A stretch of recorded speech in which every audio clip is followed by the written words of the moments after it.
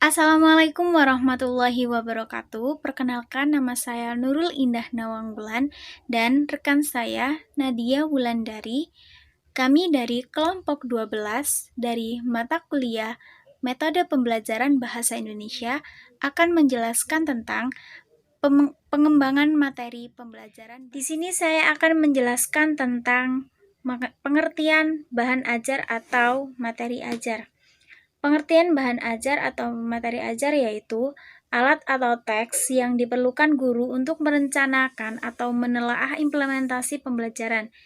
Jadi, guru sebelum memasuki kelas, guru harus memiliki bahan ajar untuk mengajari peserta didik atau muridnya. Nah, bahan ajar yang dimaksud bisa berupa bisa berbentuk bisa tertulis atau tidak tertulis.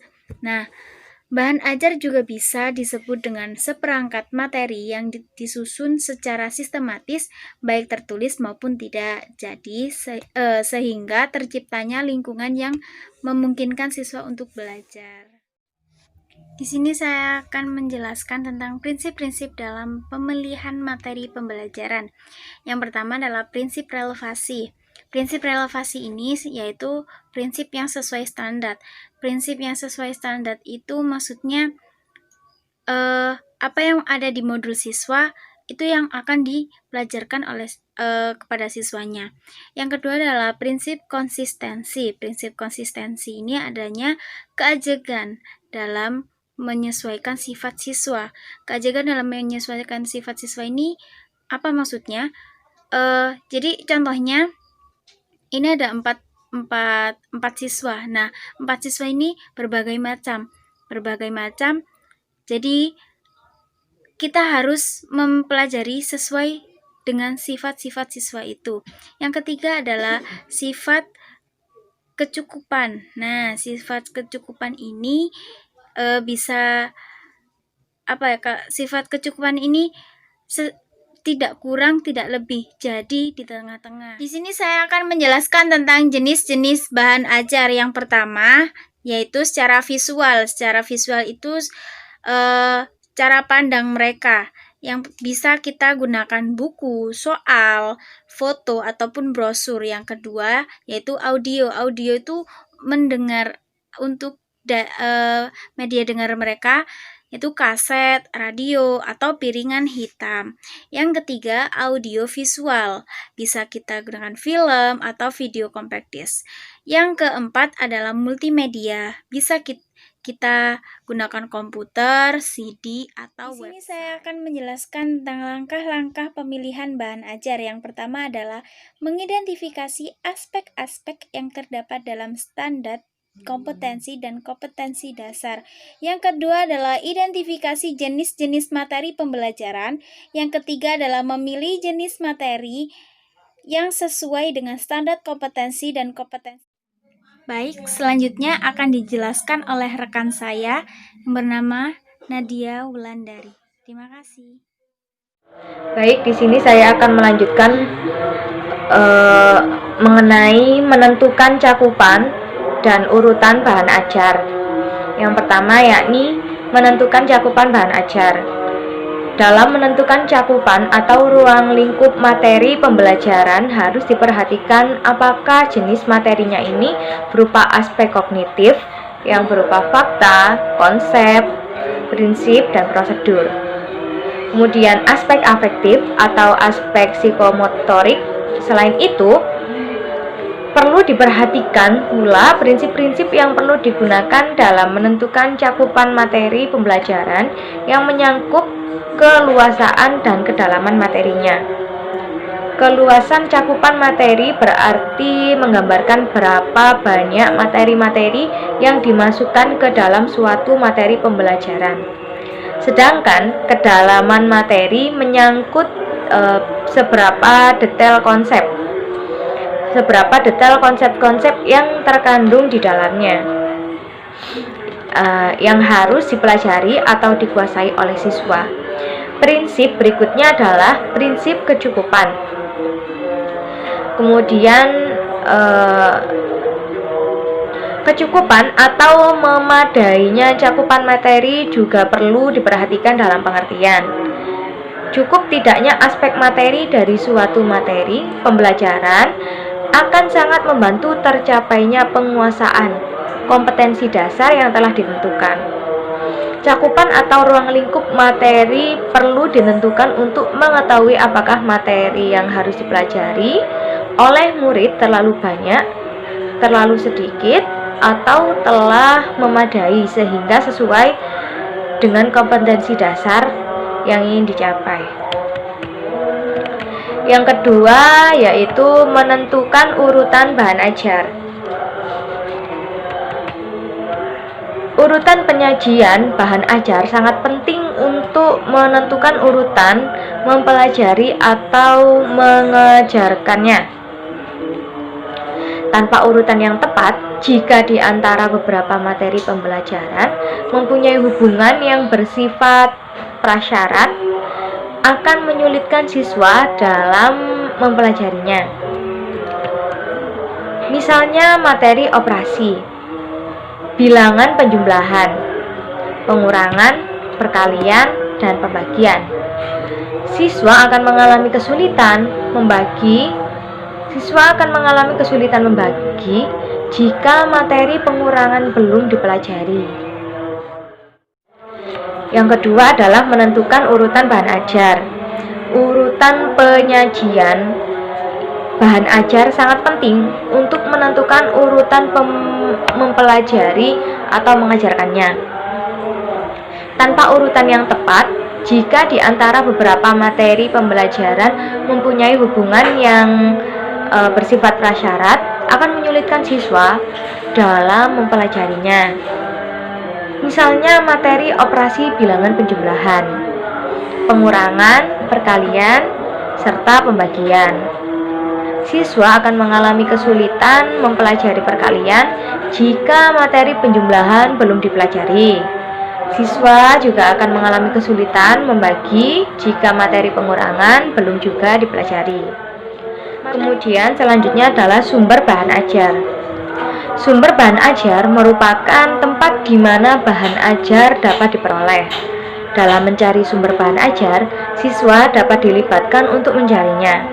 Sesuai dengan prinsip pembelajaran siswa yang aktif, berbagai sumber dapat digunakan untuk mendapatkan materi pembelajaran dari setiap standar kompetensi dan kompetensi dasar. Sumber-sumber dimaksud dapat disebutkan di bawah ini. Buku teks yang diterbitkan oleh berbagai penerbit. Gunakan sebanyak mungkin buku teks agar dapat diperoleh wawasan yang luas.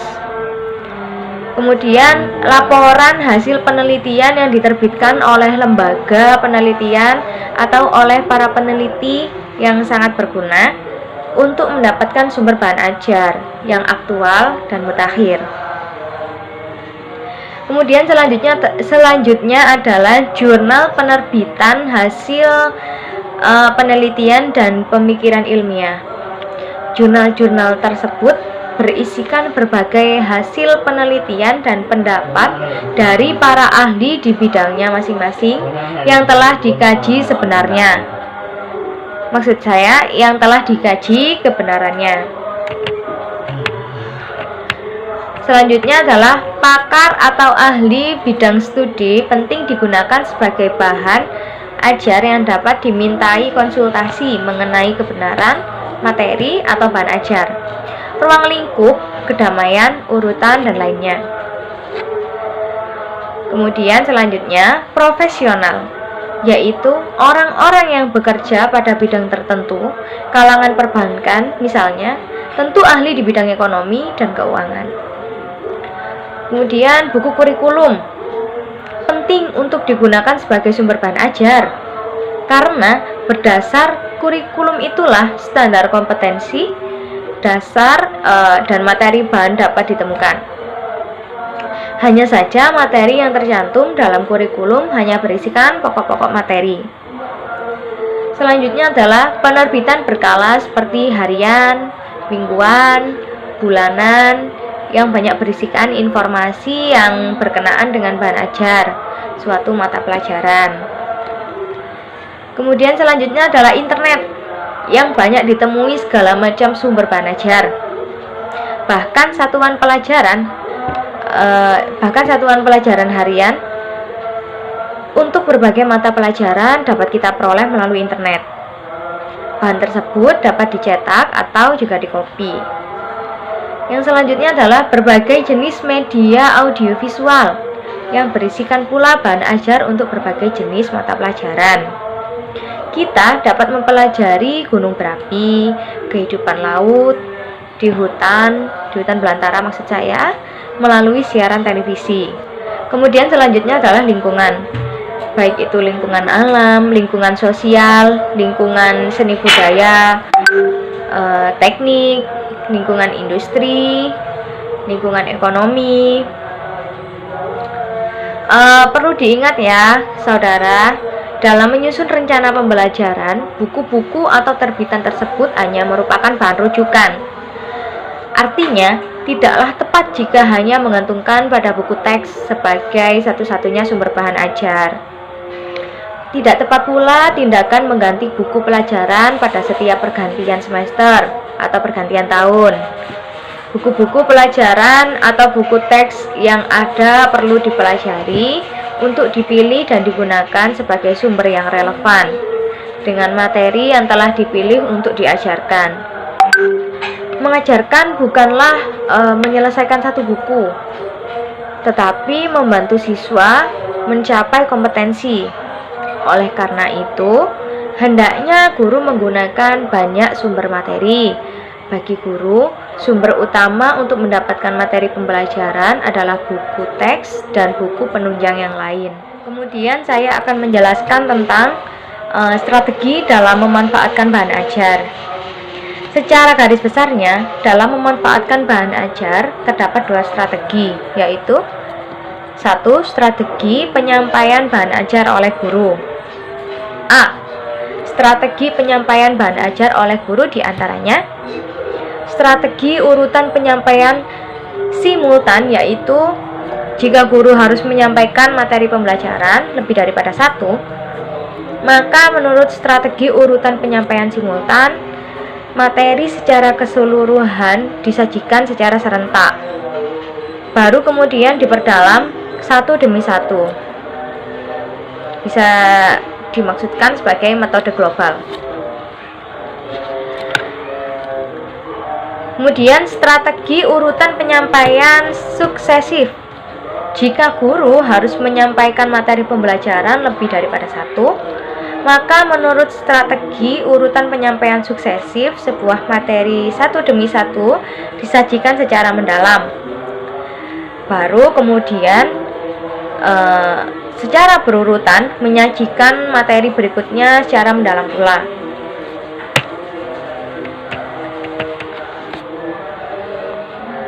Kemudian strategi penyampaian fakta. Jika guru harus menyajikan pembelajaran termasuk jenis fakta, bisa dimaksudkan sebagai kayak nama-nama benda, nama tempat, peristiwa sejarah, nama orang, nama lambang atau simbol dan sebagainya. Kemudian strategi penyampaian konsep. Materi pembelajaran jenis konsep adalah materi berupa definisi atau pengertian. Tujuan mempelajari konsep adalah agar siswa paham, dapat menunjukkan ciri-ciri, unsur, membedakan, membandingkan, menggeneralisasi, dan sebagainya. Langkah-langkah mengajarkan konsep. Pertama, sajikan konsep. Kedua, berikan bantuan berupa inti, isi, ciri-ciri pokok, contoh, dan bukan contoh. Ketiga, berikan latihan. Misalnya, berupa tugas atau mencari contoh lain. Keempat, berikan umpan balik. Dan kelima, berikan tes. Kemudian selanjutnya adalah strategi penyampaian materi pembelajaran prinsip. Termasuk materi pembelajaran jenis prinsip adalah dalil, rumus, hukum, postulat, teorema, dan sebagainya.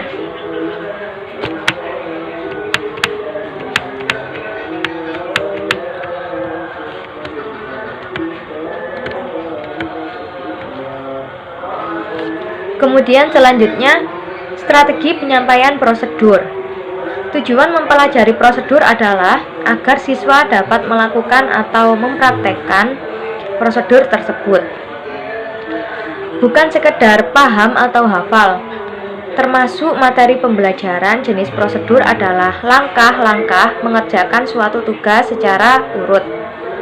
Yang B, strategi mempelajari bahan ajar oleh siswa. Ditinjau dari guru, perlakuan terhadap materi pembelajaran berupa kegiatan guru menyampaikan atau mengajarkan kepada siswa. Sebaliknya, ditinjau dari segi siswa, perlakuan terhadap materi pembelajaran berupa mempelajari atau berinteraksi dengan materi pembelajaran. Secara khusus, dalam mempelajari materi pembelajaran, kegiatan siswa dapat dikelompokkan menjadi 4, yaitu menghafal. Ada 2 jenis menghafal, yaitu menghafal verbal dan menghafal parafrase. Menghafal verbal adalah menghafal persis seperti apa adanya. Terdapat materi pembelajaran yang memang harus dihafal persis seperti apa adanya. Misalnya, nama orang, nama tempat, nama zat, lambang, peristiwa sejarah, nama-nama bagian atau komponen suatu benda, dan sebagainya. Sebaliknya, ada juga materi pembelajaran yang tidak harus dihafal persis seperti apa adanya, tetapi diungkapkan dengan bahasanya atau kalimatnya sendiri. Yang penting siswa paham dan mengerti. Misalnya, paham inti tentang isi pembukaan Undang-Undang Dasar 1945, definisi saham, dalil Archimedes, dan sebagainya. Yang selanjutnya adalah menggunakan atau mengaplikasikannya. Materi pembelajaran setelah dihafal atau dipahami, kemudian digunakan atau diaplikasikan. Jadi, dalam proses pembelajaran siswa perlu memiliki kemampuan untuk menggunakan, menerapkan, atau mengaplikasikan materi yang telah dipelajari. Penggunaan fakta atau data adalah untuk dijadikan bukti dalam rangka pengambilan keputusan. Penggunaan materi konsep adalah untuk menyusun proposisi, dalil, atau rumus. Selain itu, penguasaan atas suatu konsep digunakan untuk menggeneralisasi dan membedakan. Penerapan atau penggunaan prinsip adalah untuk memecahkan masalah dengan pada kasus-kasus lain. Penggunaan materi prosedur adalah untuk dikerjakan atau dipraktekkan. Penggunaan materi sikap adalah berperilaku sesuai nilai atau sikap yang telah dipelajari. Misalnya, siswa berhemat air dalam mandi dan mencuci setelah mendapatkan pelajaran tentang pentingnya bersikap berhemat. Kemudian menemukan.